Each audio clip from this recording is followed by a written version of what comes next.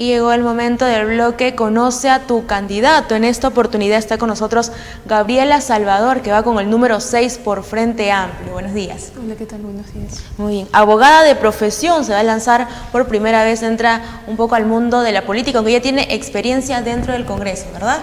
Sí, bueno, he venido trabajando los 2 últimos años y medio en el Congreso como asesora de la Comisión de Pueblos y Medio Ambiente y luego como asesora del congresista Marco Arana. ¿Y qué le lleva ahora a postular al Congreso de la República? Yo vengo de una tradición de familia de izquierda, vengo además de una tradición de servidores públicos. Y cuando estudié Derecho, justamente lo que me motivó a estudiar Derecho fue haber conocido la realidad de mi país desde muy pequeña. Saber de las necesidades de mi país, de las poblaciones vulnerables también, y la necesidad de hacer algo por el reconocimiento de derechos. Venimos de un escenario de crisis, estamos inmersos en un escenario de crisis generada por la corrupción, generada por la develación de los audios del ex-CNM y por un Congreso que ha sido obstruccionista. Creo que es momento de empezar a legitimar o devolverle legitimidad a nuestras instituciones. La ciudadanía no solo está harta de su clase política, ha perdido la confianza en su clase política y además pide el reconocimiento de derechos. Creo que es momento de trabajar de la mano con la ciudadanía para buscar ese Estado que reconozca derechos. Eso es lo que básicamente me impulsa en este periodo, que muchos dicen que es corto, pero que yo creo que en 15 meses, y lo digo por experiencia desde el propio Congreso, se pueden hacer grandes cosas. Nosotros, por ejemplo, te pongo un ejemplo, la Ley Marco sobre Cambio Climático no tuvo mucho consenso al inicio.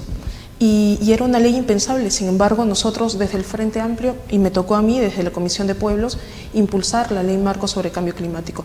Somos, y yo soy parte responsable de los culpables de que hoy no tengamos bolsas ni cañitas. Es una ley que para muchos también fue difícil de sacar, sin embargo, en poco tiempo, consensuando y conversando, se pueden hacer cosas. Ahora, tú también traes dentro de tus propuestas una postura sobre la minería. Sí, nosotros, el Frente Amplio es un partido ambientalista y hemos venido trabajando una propuesta sobre Ley General de Minería, una nueva Ley General de Minería. La que tenemos actualmente data de 1992, cuando el enfoque ambiental no estaba institucionalizado, ni siquiera teníamos un Ministerio del Ambiente. No teníamos tampoco en ese momento la Comisión del Ambiente que se dio mucho tiempo después. No había un código del ambiente tampoco. Es momento de empezar a tener una minería responsable, ambientalmente responsable, en la que el enfoque ambiental prime para esto, ¿no? Y que no esté solamente en un reglamento para actividades mineras, sino que esté dentro de la propia norma minera. Además, recordemos que los conflictos socioambientales que tenemos en el país, que son alrededor de 83, en su mayoría son por temas mineros. Hay que tener un enfoque social, pero también un enfoque ambiental dentro de una nueva Ley General de Minería. Una ley que tanto beneficia a las empresas como también a los pobladores, porque este conflicto que se ha visto justo este último año. Una ley que pueda hacer que los empresarios mineros, que las empresas mineras, que los titulares mineros entiendan que es importante reconocer derechos ambientales.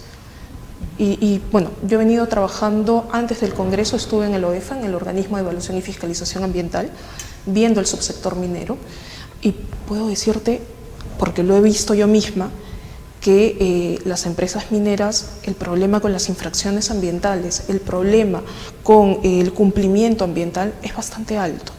Esto es algo que podemos regular y se puede ir de la mano con los titulares mineros, sí. Y con esto también rompemos el mito de que la izquierda no apuesta por una minería. Apostamos por una minería ambientalmente responsable y socialmente responsable. No es que le va a dar la espalda como muchos creen.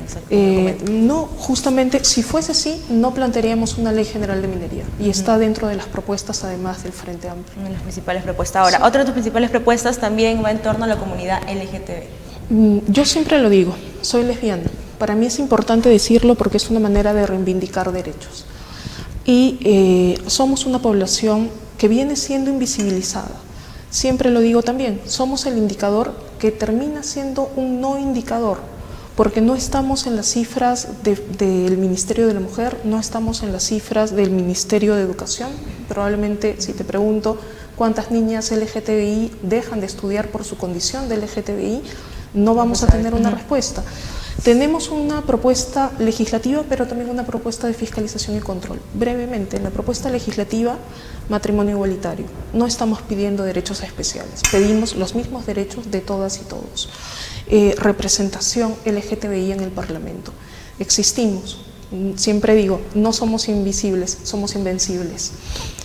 Y en fiscalización y control, es importante que el Ministerio de Educación tenga cifras de cuántas niñas LGTBI dejan de estudiar por su condición de LGTBI, en el Ministerio de Justicia, el Ministerio de la Mujer, cuál es la situación de la mujer LGTBI en los centros penitenciarios, cuál es la situación y cuál es la responsabilidad del Estado ante las violaciones correctivas de mujeres lesbianas, que son atentatorias en todo sentido contra los derechos humanos.